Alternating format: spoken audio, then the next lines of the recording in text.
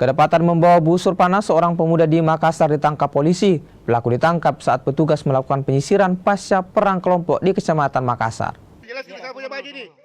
Pemuda yang beralamat di Jalan Menginsidi Baru ini diamankan polisi usai menegak minuman beralkohol.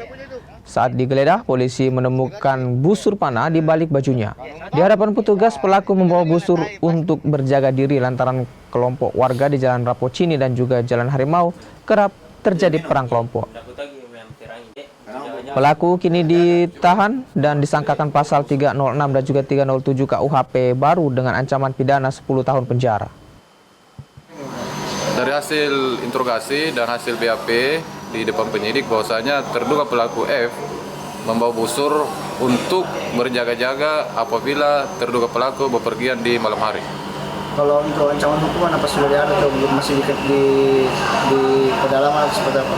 Untuk penerapan pasal nanti kami melakukan pengembangan untuk mencari terduga pelaku lainnya.